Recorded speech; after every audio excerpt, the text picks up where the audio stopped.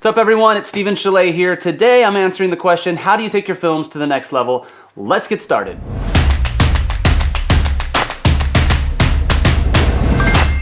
Recently I was asked by a friend, how do you take your films to the next level?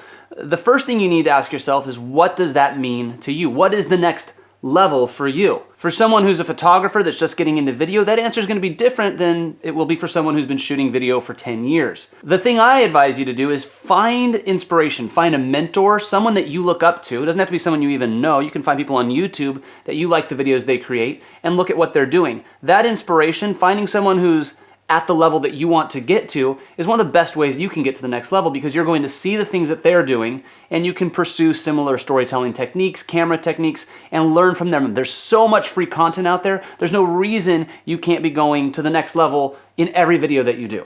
One of the biggest pieces of advice I could give to you is to work harder, not to take shortcuts, not to look for all the hacks. Although hacks and shortcuts can be good, and I will share some of those with you in future videos, the simple act of doing a little more work, taking that extra step, will take your videos to the next level almost instantaneously. It's really easy just to set up a camera, sit down and start talking. It takes a little more work to put up a microphone, a light, and really set the scene. That is the kind of work that you need to be doing in every video that you do. Whether that is unpacking that piece of gear and actually setting it up, that will make the difference in the shot instead of just going with what you already have out and what's easy.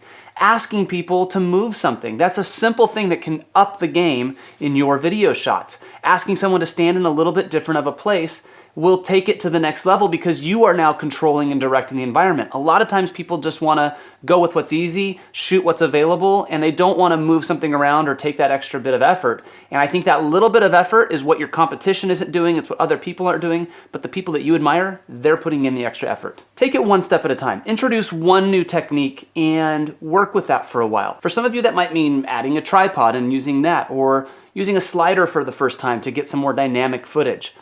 Any of those things, introduce them one at a time and try to master those items, understand what they're used for, and use them when they make sense. Remember that it's not all about the gear. Going to the next level does not require a new piece of equipment. In fact, I shot an entire high-end commercial handheld with one lens, a 50mm lens, several years ago, and it's one of my favorite commercials. There's a lot more than just the gear. One of the exercises I like to do is to put myself in one position. Maybe it's on a tripod or handheld with a camera and a lens, and see how many different shots I can get without moving. That's a great creative exercise to enable you to look around and see differently and try to just expand what's capable with what you already have. It's important to remember that oftentimes limitations and restrictions force us to be more creative. Some of my favorite work has been when there's restrictions placed on me and I am forced to become creative. There's a lot of examples of this in cinematic history. Robert Rodriguez talks about this in Rebel Without a Crew. Just these limitations forced him to create a story and a film style that fit his budget and what he had available to him. And the same thing will happen for you if you look at those restrictions and say, okay, this is what I have to work with. I'm going to become more creative and I'm going to just will myself to the next level by being creative. My last piece of advice on this subject is to simply create more. The more you do the work, the better you're going to get. And you may say, well, I don't know what to make. Well, go out to a local shop and say, I want to make a free video for you. Free work is one of the #1 ways to get creative.